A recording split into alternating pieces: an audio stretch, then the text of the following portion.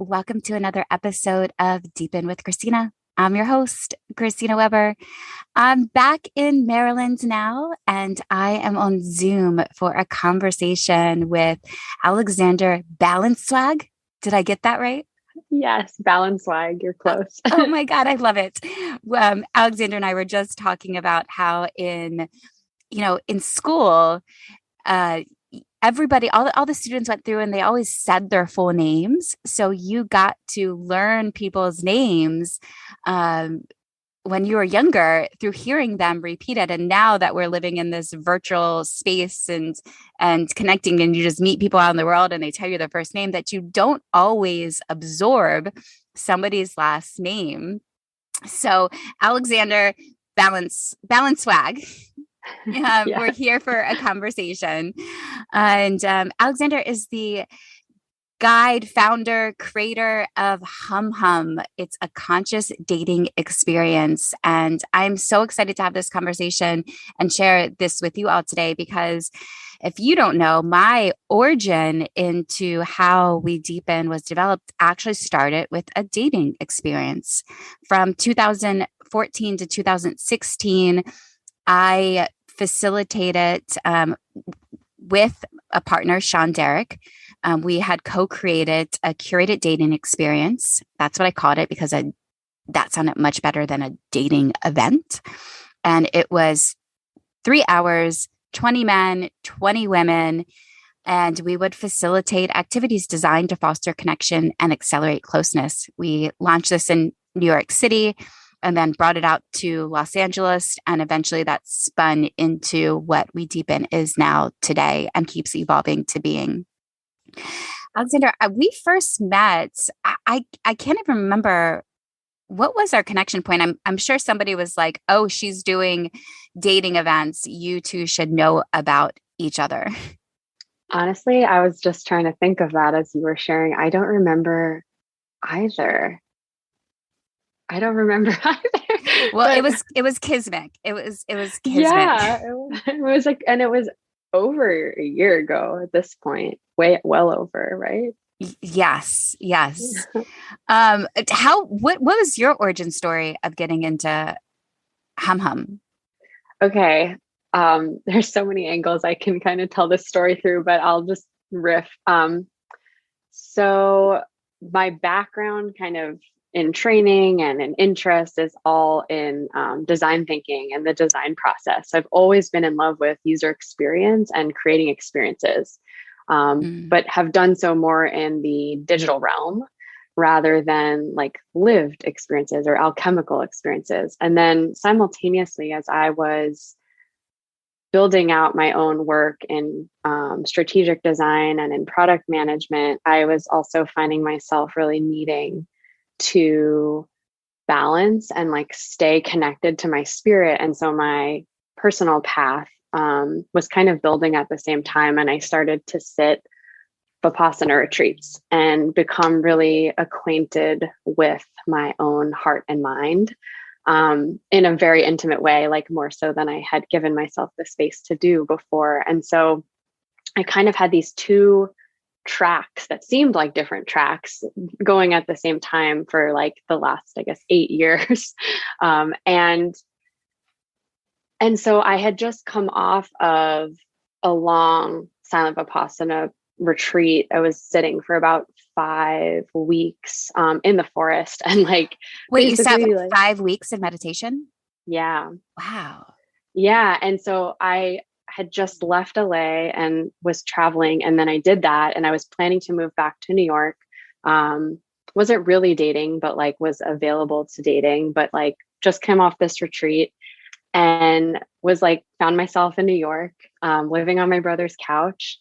And I was single and I was like, all right, I'm going to try to date and see what this feels like. Because I felt like I was in a place that was really open and available and like excited to connect with people. And I had also just finished a yoga teacher training. So I was starting to teach as well in New York. And so it's kind of all of these factors of sharing practices with other people, attempting to date in New York, juxtaposed to this like deep period of introspection and silence. And the whole thing just felt really comical to me.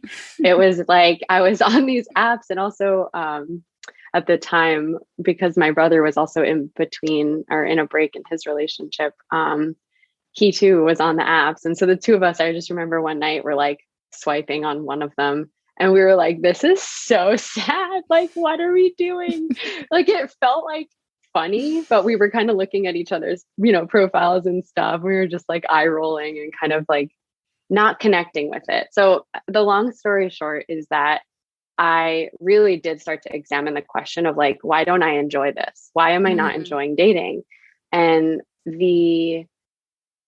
I came to a few different reasons, but one was like my own mindset was very much influenced by the design of the nature of the current, I guess, platforms and apps, which are like swipe based. They're very transactional, and they're designed to be quick. And so I think for me, it put me in a very transactional mind state of like, let me just try to get and connect with as many people as possible because it's a numbers game. And then I'll talk to them. And then I lost a lot of energy around that. And I felt depleted. And I felt like it was only a good use of my time if I actually enjoyed meeting the person or if it was a good fit.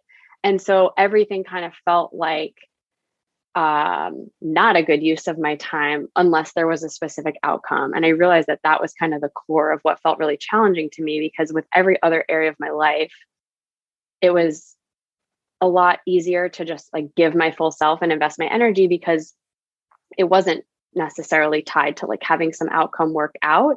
And the experience, I wanted the experience to feel generative. I wanted it to feel like no matter what happened, it was still a good use of my time. And so I started to get really curious about how do you create an experience and a container that allows the process to actually be rewarding so that the outcome isn't so heavily weighted. And then you base your success or feeling good on if it worked out or didn't work out.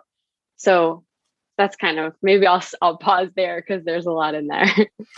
There is a lot in there. And one thing that I can say I relate to is that when Underground Unattached, that was the dating experience, that came out of me swiping on dating apps. And when I say dating apps, it was pretty much just Tinder at this point. This is 2014 for 3 weeks. And I had met a few men out, and I would coach myself. I would know within the first few moments that this wasn't my forever person, but then I would coach myself to be present and in that experience with them. So, and I coming into that, I had found, I was studying Kabbalah at the time, so I had some tap into spirituality. But I was also really in performance coaching. That's where I was, first time entrepreneur. So I kind of was looking at it not from necessarily a spiritual angle at first, but how do I make the best use of my time? And being a first time entrepreneur living in New York City where it's expensive and you have to make your business work to stay there. It was I want to focus on this area of my life, but this is labor intensive and time consuming, and there's got to be a better way. Can we just get everyone into a room? So now so similar. So you're in this space of this isn't the of how you're, I guess, of swiping on the apps and meeting people isn't really the how you want to spend your time. It's not providing you with the reciprocity of joy. So then it was let's mesh these two worlds of experience design and this desire for love. Kind of, yeah. And I think it's joy and also growth. I think that was another thing I do care very deeply about. And so I didn't feel like I was growing or really learning, other than I was learning more about my preferences, which I'm that's not that interesting. It is and it's not, but I felt like it wasn't helping me to become the kind of person I really was trying to become, and actually was almost watering the opposite seeds of like judgment and transactionality and hastiness and impatience and just like all the things I felt like I was working hard to like decondition. Yeah. And so it's like, okay, if I want to practice patience and compassion and presence and discernment and insightfulness, like what is the container for that? And so the idea for Hum Hum actually didn't come about like in any kind of a brainstorm, or like I wasn't sitting there being like, oh, how do I solve this problem? It was really like that was alive for me. That was just my life. And then I was working at the time for a friend's startup doing, I guess, customer acquisition and like trying to help them grow their user base. And he created this like alternative ticketing platform. And I was like, well, how do we create events for people to come to? Because you need to ticket those. And like, if you have fun events, then it's a good way to be like, hey, you can check out this platform. And so I was like, well, what would I want to go to? And I was like, some kind of like hybrid between like a meditation experience that also is for people that are wanting to date. And that sounds really fun to me. So what if we did that? And the concept kind of just, let me close my window because there's some lawn mowing happening. Give me 1 second. Okay. Yeah, for sure. This is where we take pause. This is the real life. Before we pushed recording on this podcast, Alexandra asked if any editing is done. And I said, no, you get the raw file. We run this through a sound equalizer, and then you get the full on conversation here. So you get the little dings sometimes and just all real life in these moments. Thank you. And we're back. Window is closed. So I was coming up with, concepts for events. And so Hum Hum kind of just truly wrote itself. I had never gone to a speed dating event before, so I didn't really have much to base it on. So as I was kind of planning that, I did attend one speed dating experience to kind of get a sense of like, how do they even do it? What are some variables and factors I have to think about? But basically I got a bunch of friends together in a space in the yoga studio that I was teaching at, came up with fun connection prompts, really rooted the whole thing in mindfulness and movement and breath. And then, so all the friends that I connected, nobody knew each other. So it's kind of also cool because there was this common denominator of like, you're all in my circle and cool, but like don't know each other. And so it was this really lovely experiment that I wasn't necessarily planning to do anything with, but people responded well, and it lit me up so much to be able to offer this. And the main intention was that people would be able to walk away feeling a sense of connectedness to themselves, connectedness to other people, have some learnings and insights about their own heart and mind as they do connect with other people. And so I kept hosting them. And then when the pandemic happened in New York, I actually had on the same day 3 people reach out to be like, hey, are you going to make this a virtual thing? And I was like, well, there's my sign. Yes, I will. So that's kind of how it happened. And then the transition into virtual, because you have this live experience that people can see, feel, touch each other. And now to transition into this platform that mainly everyone at the time is using, Zoom. We start to see some other spaces like Kumo or Topia or these virtual worlds pop up. But Zoom became the space for Hum Hum. And thank goodness, breakout rooms. I believe breakout rooms gave an extra layer of experience design that's able to, send 2, 3, 4 people into a room for them to deepen.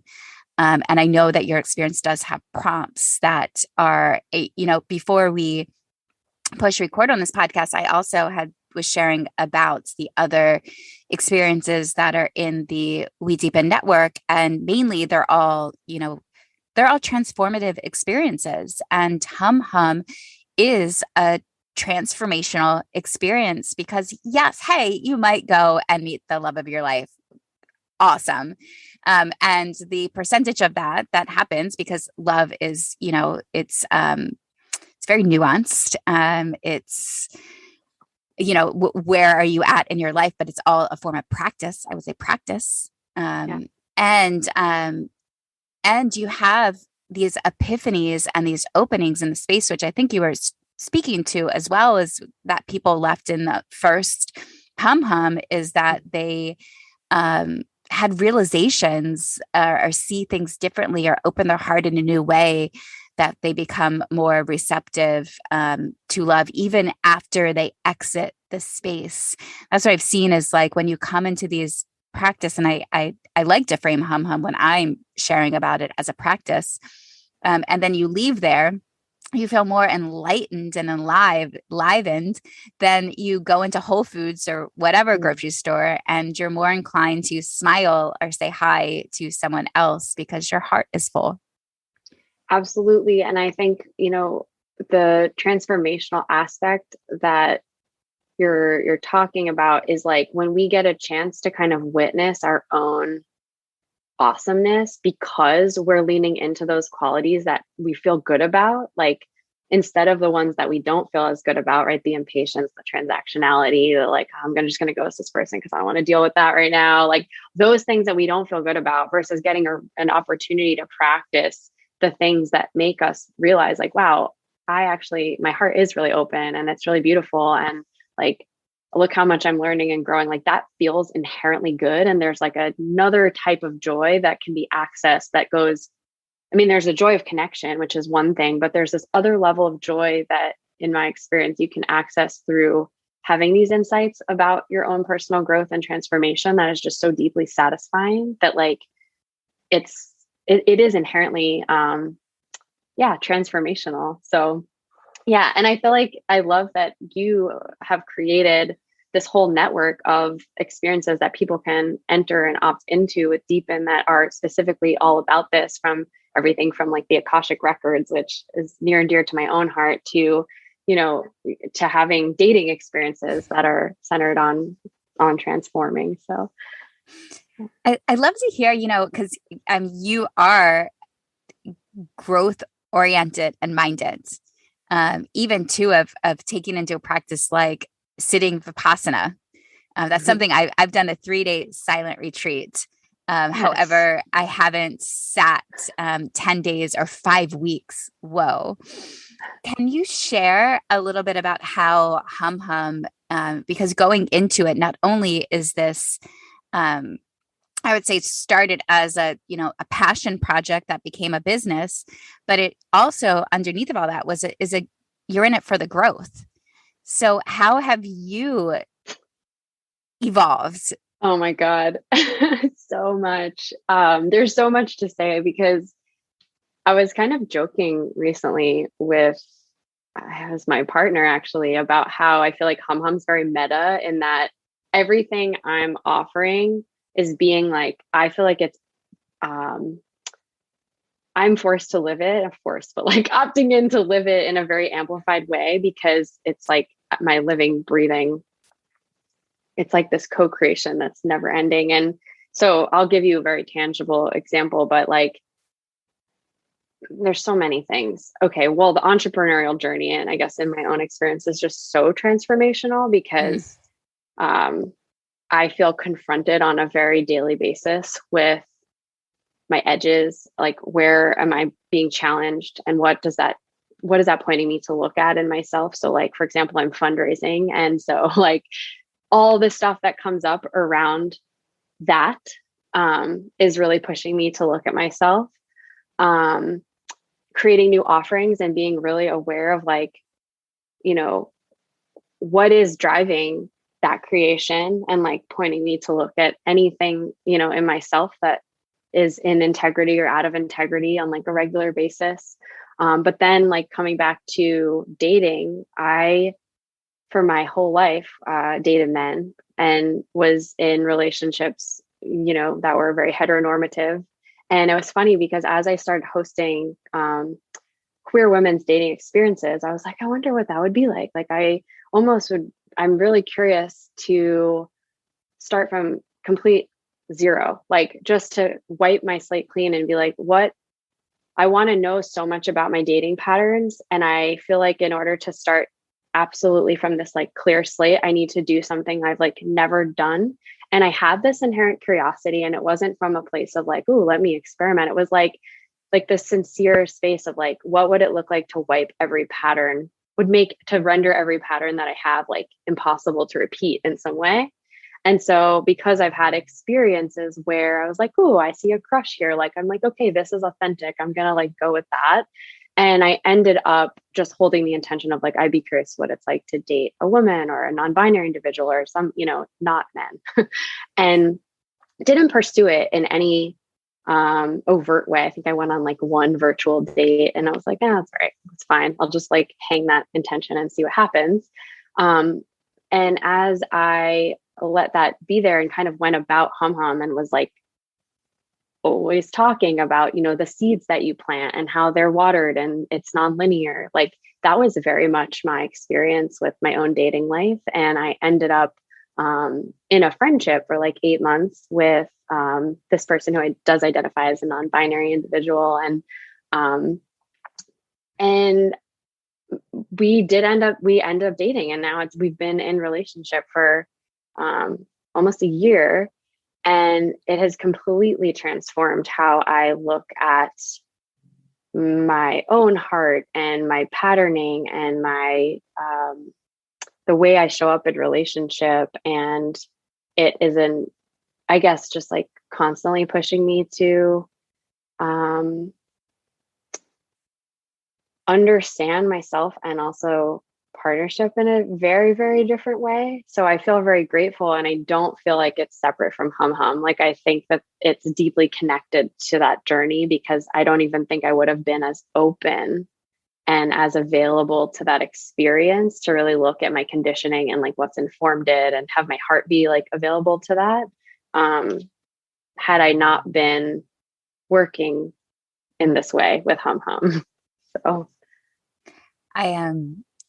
I so appreciate you sharing the personal, like getting super personal in there, because yeah, underneath of all of the creation of Underground and Attached into We Deepen is me also having this longing for a lifelong romantic partnership. And the patterning, you mentioned, you talk about what if I erase all of my patterns and start fresh? I'm curious of what, like, when you think of patterns, like what is an example of a pattern that you had in the past that maybe was wiped fresh and now in relationship with someone who identifies as non-binary? Oh my God. Yeah. Thank you for this question. I'm pausing because it's so personal. So I'm like, I'm going to do my best here. I think one is around gender roles, like, and everything that comes with that. So really getting a chance to examine gender roles and why I feel safe in certain circumstances or unsafe in certain circumstances, and therefore what that desire for safety leads me to pursue or not pursue. I'm being a little general, but like a good example, I feel like this is maybe too obvious as of an example, but like, who initiates, right? Like and what does it mean for me to initiate? What does it mean for me to receive? So that is just a one area that I like has been completely kind of flipped on its head. The other is I realized, I think, how much my personal identity I was wrapping around the notion of a relationship with a man. It's almost like, and this is very personal to me, so I don't know if this is generalized or can be generalized, but like I had in my mind, right, there's these buckets of life that we kind of look at as markers of like, you've got your shit together. So you've got like the relationship and the job and like where you're living and like these kind of false beacons of security. And it shed a lot of light on how much of my identity I thought would have been secured by a relationship. But when mass culture doesn't give you kudos for that win, right? Like, and of course there's a whole beautiful rainbow community that's like, it's a very different experience and there's kudos there. But let's say like the mass heteronormative culture isn't celebrating your relationship. Mm-hmm. There's nothing to really gain from that. So you're kind of like, well, I'm definitely doing this for me now, because I'm like very much choosing this because I'm not getting anything else from it except for its intrinsic value. Like there's no societal bump or sense of security or sense of approval or sense of anything except for what it is. And I think it made me recognize that in my own conditioning and patterning, I was seeing, I was over identifying with a male partner as something to like have won in some way, which is like intense to see about yourself. It's to have won is in the sense that, like I did that thing. I got it. Like, we're good. I got him. Yeah, we're good. Check that off the box. We've gotten married. I can post these pictures on social media. Well, right? Yes. Like, we're good. But the thing is, like, life is going well. And I'm like beyond content. And like, I feel like this is a win in a very, very different way where it's not about anything other than like what it is. And I don't think I realized how much of my own conditioning was around like seeing a hetero relationship as a success marker. Like, I don't even think I would have admitted that like 8 months ago. How in you mentioned gender roles, and there's gender roles and then there's polarities, masculine and feminine, yin and yang, sun and moon, heating and cooling, experiencing and achieving. There's these polarities, and I'm curious in the sense of, because, and all of these experiences that we have in being an entrepreneur and being in dating are so informative. I look at even dating apps, like, while I think of them like, ugh. However, if these 8,000, because now there's over 8,000 dating apps and websites, if those didn't exist, they wouldn't give us something to repel to then create on top of it. It's like this, like, we wouldn't be examining dating like we are. And I've seen not only dating experiences get created from this, but people finding or being intuitively guided into alternative ways of connection are creating meetings. So for instance, I know of people who have started blogs and they will blog about their dating journey. Even that word also, dating, also comes with so much heaviness and stuff. Or people, reaching out and sending emails to their friends. I've seen some beautiful emails getting sent out of like, hey, I've been through this experience and now I'm ready. I'm ready to be in partnership with the love of my life. Do you know anyone? And,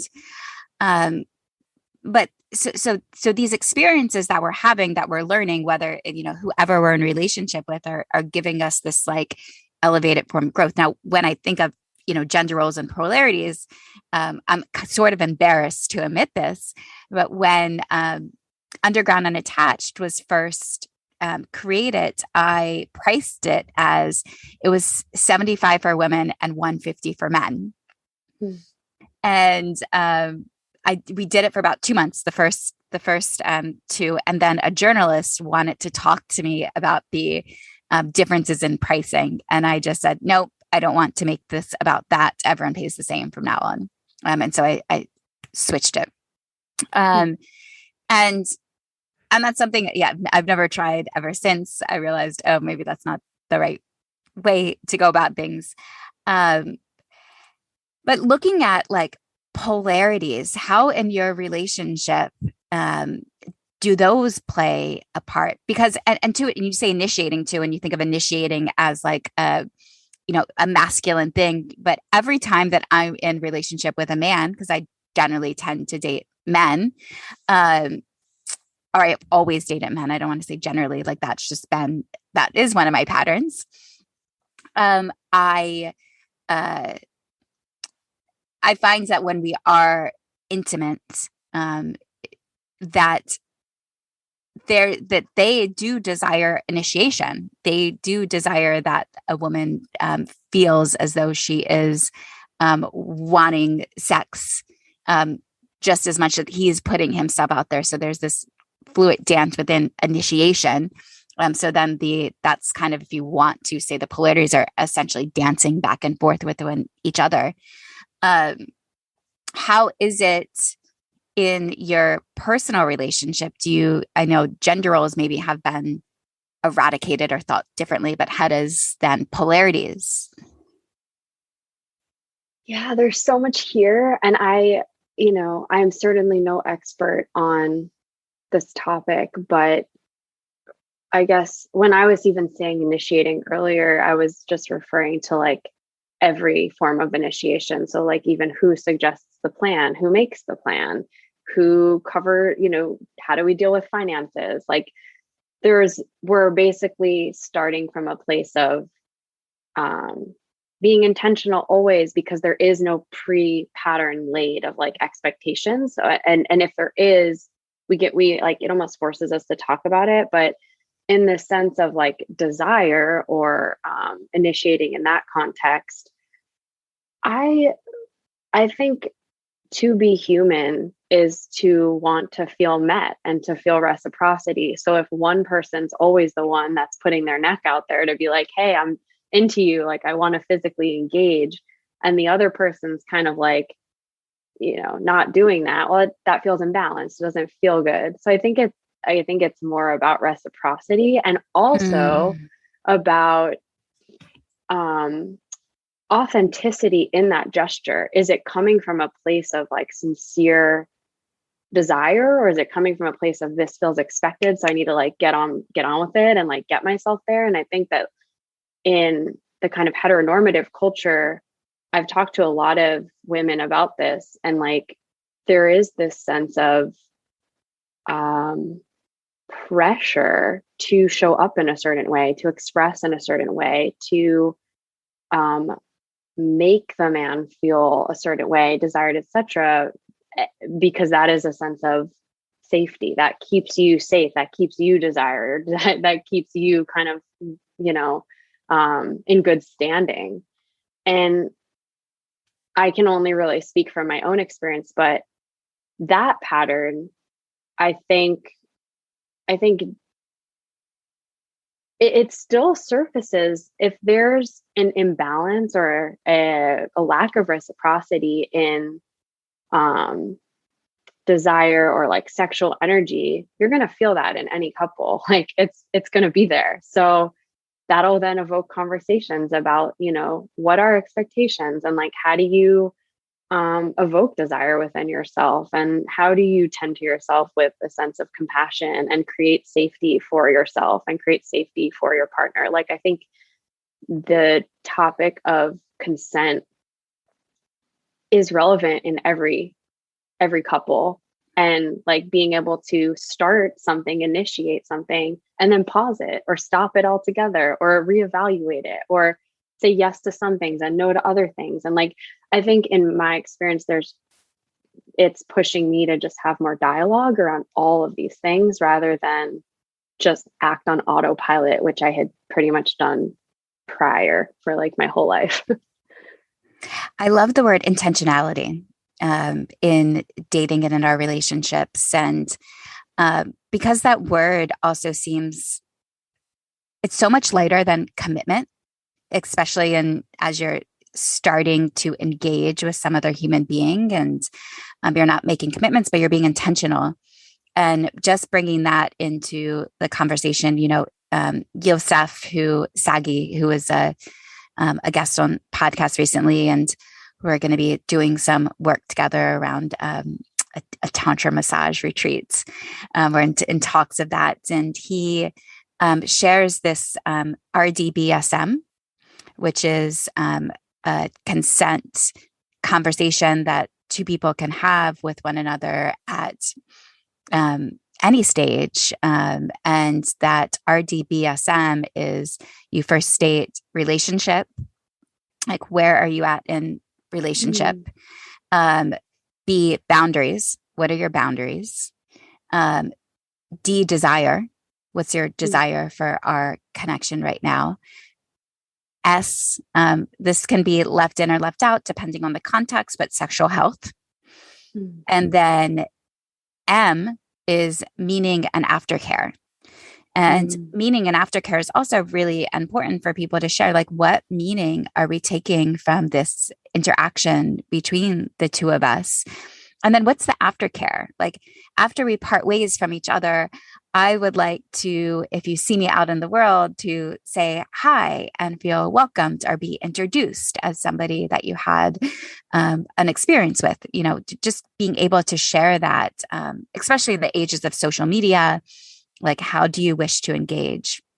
So having these types of guidelines, I'll say guidelines to create intentionality within connections is so important. And I see, I have gotten to participate in the virtual hum hum and support that experience as well. And I see the whole container of that is done with so much intention and care and thoughtfulness that people, when they come into it, they do feel like, I think when when you're knowing that you're going to come to something, there is I don't know if it's the right word of stress, but there is this, I'm doing something different. This is an edge. A lot of times it's an edge for somebody to show up and actually admit. A lot of people don't even want to admit that they want a relationship because if they do, they might not achieve. I'll change that word. They might not get it. And so there is this reluctancy to even show up. What I once looked at, like in the beginning of the dating app swipe culture, it was, look at all these like desperate people swiping on dating apps, especially in the early 2000s.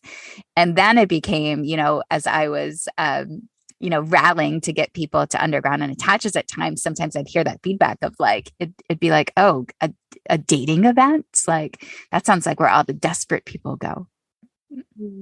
Yeah, it's so true. I think there is an unwillingness to like own the desire for relationship or partnership or connection, romantic connection.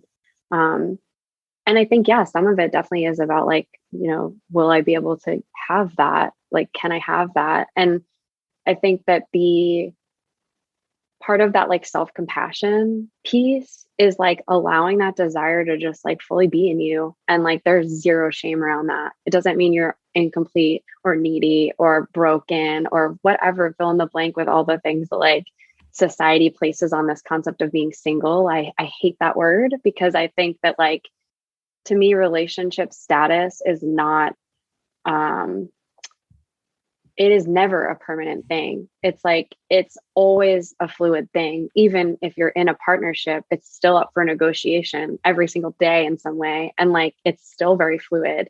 And I think that we put so much pressure, like the whole way society like addresses like married people versus single people, even like with taxes, right? Just with everything. It's like, it looks like a problem state to solve to be single. Like, even, I've for so many years, like, it's like you have your single friends and people are like trying to set you up with what on one hand is lovely and fun. And on the other hand, it's like, like, where's that coming from? Like, do they think I'd be better off? Like, and are your parents asking you like, oh, are you dating? Are you doing this? Like the way that I think we treat people that are not coupled makes people that are not coupled feel like they better hurry up and get coupled or there's a problem here, like something's off.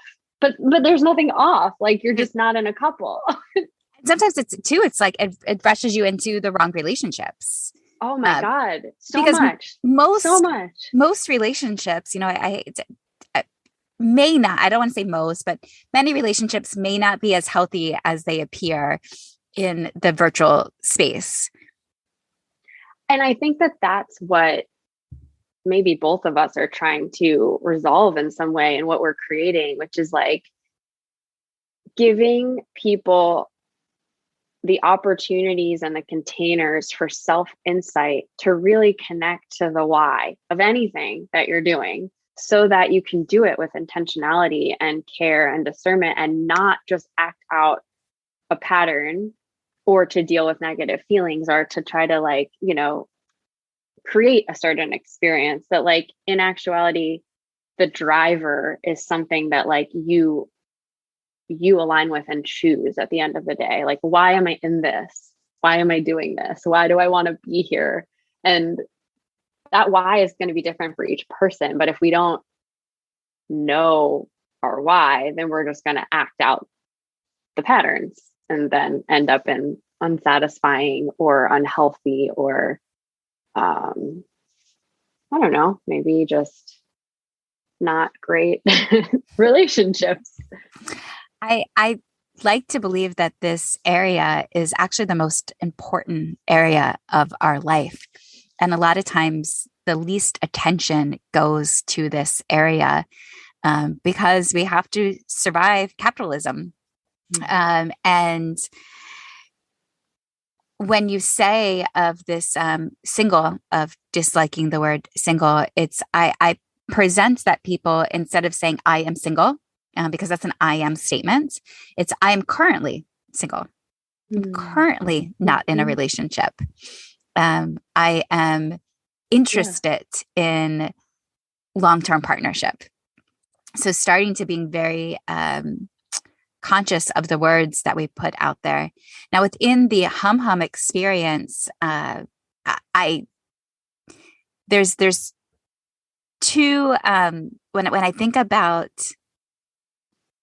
dating, relating, and two is, if you haven't heard, I do have a very, I don't really love the word dating. I think it just comes with so much heaviness around it. It can be a practice. I love being in community.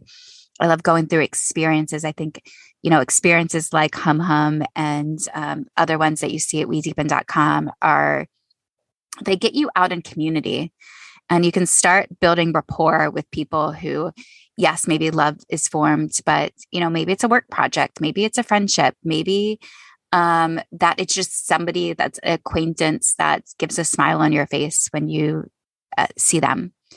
And so in these practices of being out in the world, whether you're at Hum or another event or even just at the grocery store, it's like this practice of seeing the one in all ones and being the one with all ones. And also then in these environments that don't step into an environment, oftentimes people can go into parties. And I say this because I've done it. You go into parties and you start searching and sorting. You're searching and sorting. Is he here? Is he here? Where is she? We're searching and sorting.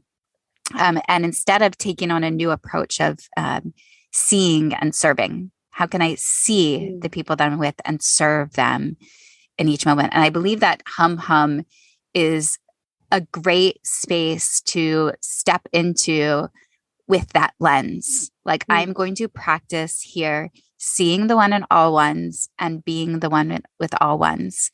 And dating, although the heaviness of the word, I'm going to say it again, dating is a practice. So maybe that's the reframe that would actually help me, is if I look at dating as a practice as opposed to this thing you got to get that you solve, that you'll get to this next place. Now, I would love for anybody listening to maybe hear, like, what if they come to a Hum? Like, what will it be like? Thanks for this question. Also, I really love that reframe. And I think you're spot on with like dating is absolutely a practice, and it's not just this means to an end. And I think if we can live in it as a practice, then we become the person that we're ultimately, looking to connect with, and naturally are also just more magnetic. And one other thing I want to say about this, and then I'll share everything about the hum hum experience, is like, as we are taking action to date, let's use the word dating as like any action that we take to honor the fact that our heart is available to relationship or partnership, that can look like so many things. And it doesn't have to just be this very like proactive, swipey kind of thing, or like going out to dinners or going out to drinks or doing, whatever we're doing to, go on a classic date. It's like anything that you're doing to like step towards that and honor and acknowledge the availability of your heart and what it wants and how it wants to express, like that is dating. So even if that means like you're going by yourself to, to be out in the world, to position yourself to connect and meet with new people, that counts. Whether you meet someone that night or not, it doesn't matter. You're watering that seed.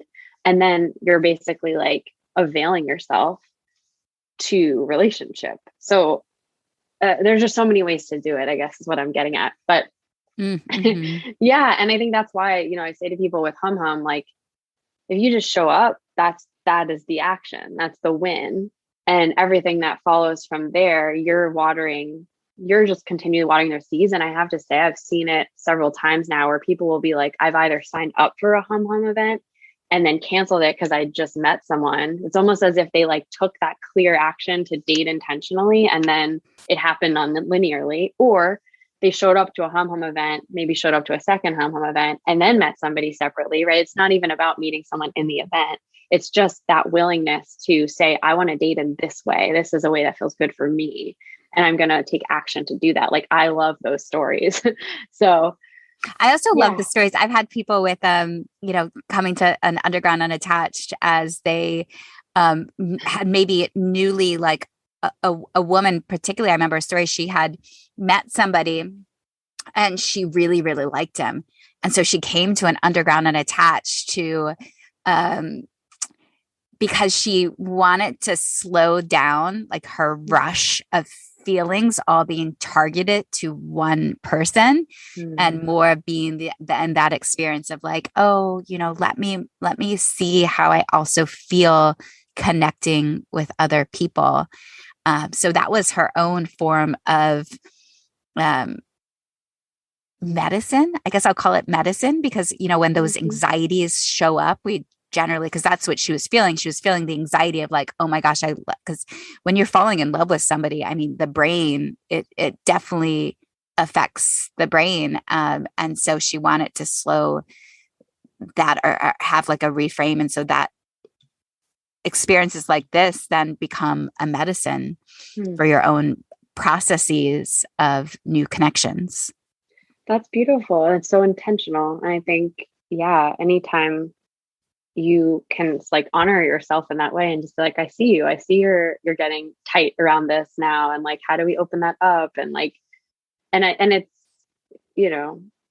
I think there are like healthy ways to do it. And then there are ways that you can like sabotage and like harm yourself. And so that intentionality is important. And it sounds like in this instance, it was so intentional and like helpful, and because it was like, there was awareness around what was coming up for the person. So yeah, I think, being able to, and so slowing things down, that's like a big piece of what we do at Hum Hum, is like, we try to slow down the interaction so that you can have the space to see what's coming up in your heart and in your mind and in your body, because we get so much information that we often will just miss because we're like off to the races and our patterns have kicked in. And so, we set the container first by giving people some agreements, and those agreements just allow for a sense of safety and connectedness. And then once we get started, we'll do like an icebreaker so that everybody can bring their voice into the space and connect and get a sense of what's everyone like in a group context, and how does this all feel to be together, and create a sense of community, like you said, because I think one of the things that is the least pleasant about not being in a relationship is like feeling like you're not in community or like not connected, but like, so getting that chance to remember your connectedness feels really good. And then we offer guided meditations and breath like throughout the whole thing to kind of slow it down.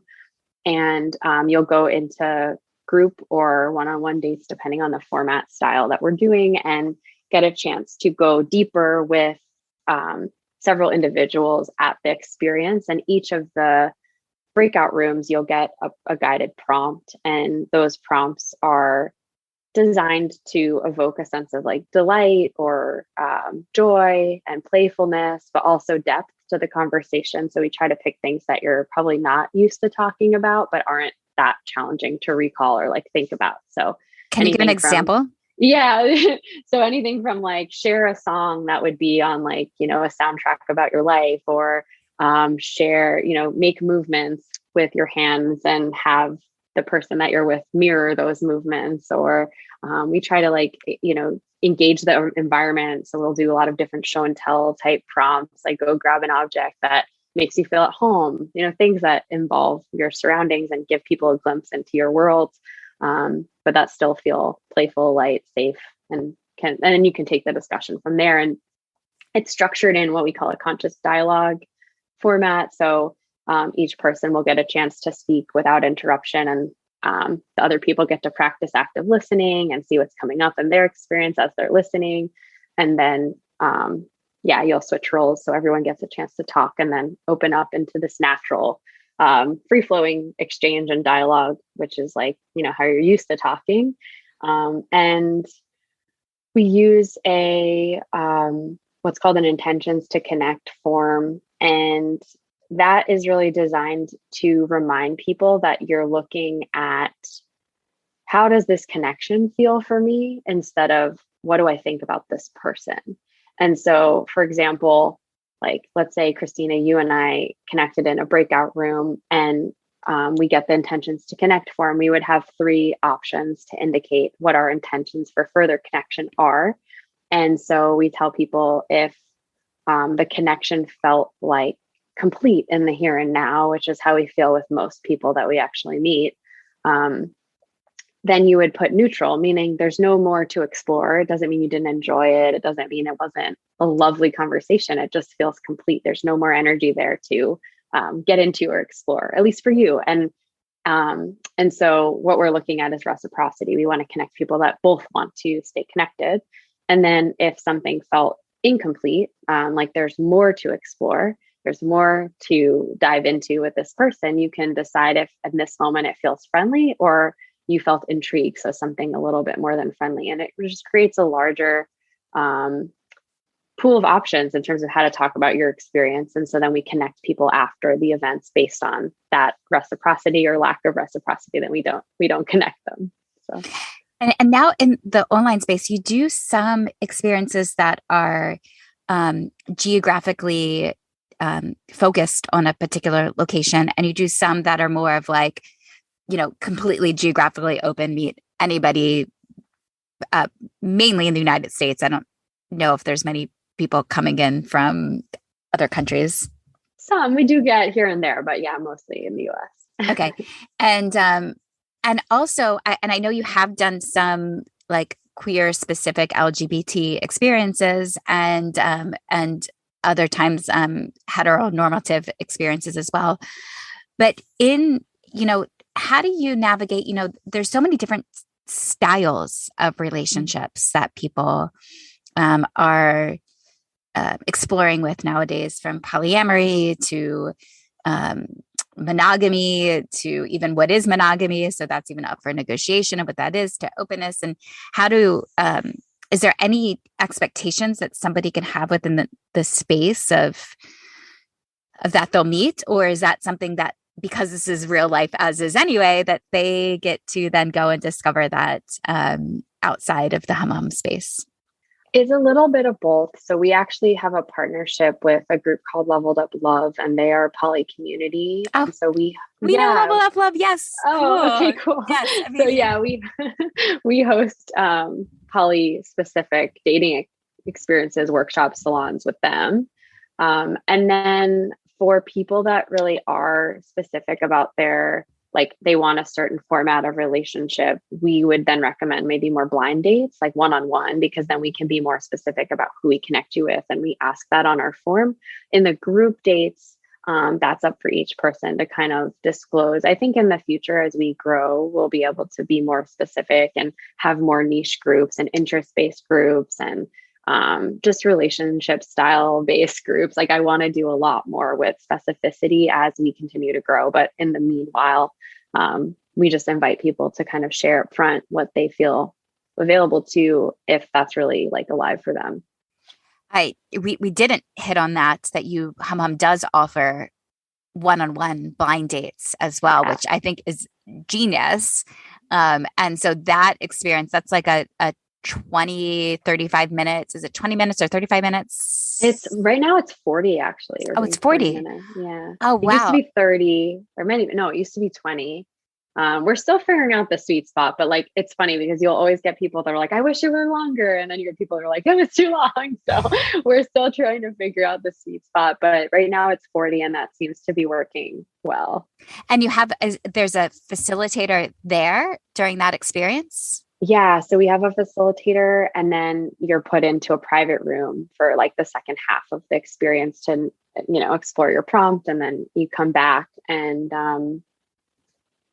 we have an events or like a date coordinator who helps connect people for those dates. And it's really beautiful. It's actually like a really fun and intuitive process. And now we have somebody that's like designated to do that.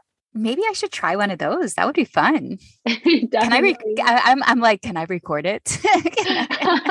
I don't know. You'd have to get consent from your date, but if you do get consent from your date, then we also offer, we're piloting a bring your date to Hum Hum because some people just really like the container and they want to meet people and be very specific about who they want to bring. So they'll, meet somebody out or meet somebody on an app and then invite them. We've had a few of those. So if that's something too you want to try, then you can probably record it if you get their consent.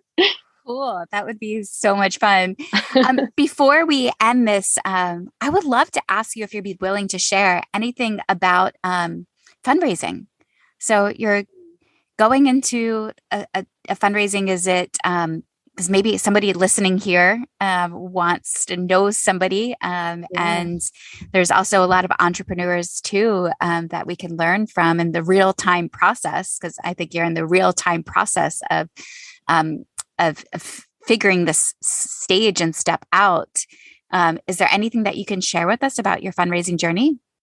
Sure. So we're raising a seed round because we want to take the experience that we have and really start to build out a cohesive end-to-end experience. Like in this moment, we're kind of using a lot of different tools. We've built our own operational MVP to kind of streamline some of the event processes, but we're building a progressive web app to really streamline the whole like experience and start to even offer automation on some of the one-on-one dates as well. So we're raising a seed round and we're definitely looking for people who are impact investors, people that really care about the human experience and evolving humanity in a way that is for the greater good. And I think would love to talk to anybody that has experienced fundraising and like wants to share wisdom, or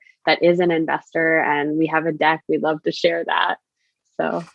So if anybody is interested and wants to reach out to you, what's the best place? You can email me at alexandra@humhum.space. Amazing. Humhum.space. That's the website. And wedeepen.com will continue to share experiences as we list on the calendar. And, I think this is a beautiful last invite to our last call for an invitation to come and check out a Hum Hum experience. And you can even play it off that you're going to come and check out a growing business, a socially impactful company, and go for that experience if the idea of doing it for yourself seems a little scary, I'll say, because it is, you're putting yourself out there, but find other ways that can attract you to experiences like this. And then you never know what magic can unfold in who you meet. Thank you so much for having this conversation and for the continuous collaboration and openness and for seeing we deepen. And I admire you as an entrepreneur and a creator and experienced designer. It's genius what you have done. Any last final words that you want to share before we wrap the conversation? No, just thank you. It's really been a pleasure to continually collaborate with you and see how Deepen is like changing and evolving. And I really admire your ability to like pivot and innovate and adapt like so many times. Like it's just really admirable. So I want to thank you for all the work that you're doing too. Thank you so much. And thank you all for listening to another episode of Deepen with Christina. Go check out the calendar, wedeepen.com. Find experiences that can support your transformational journey into your self-exploration and who you'll meet, because you never know who you'll meet when you step outside your door into new experiences. If you enjoyed this podcast, subscribe on iTunes or wherever you hear your podcast. Follow if it's on Spotify. If you enjoyed it, also leave a review. It will help other people find it as well. And thank you all for tuning in. Until next time, my love is with you. Okay, bye.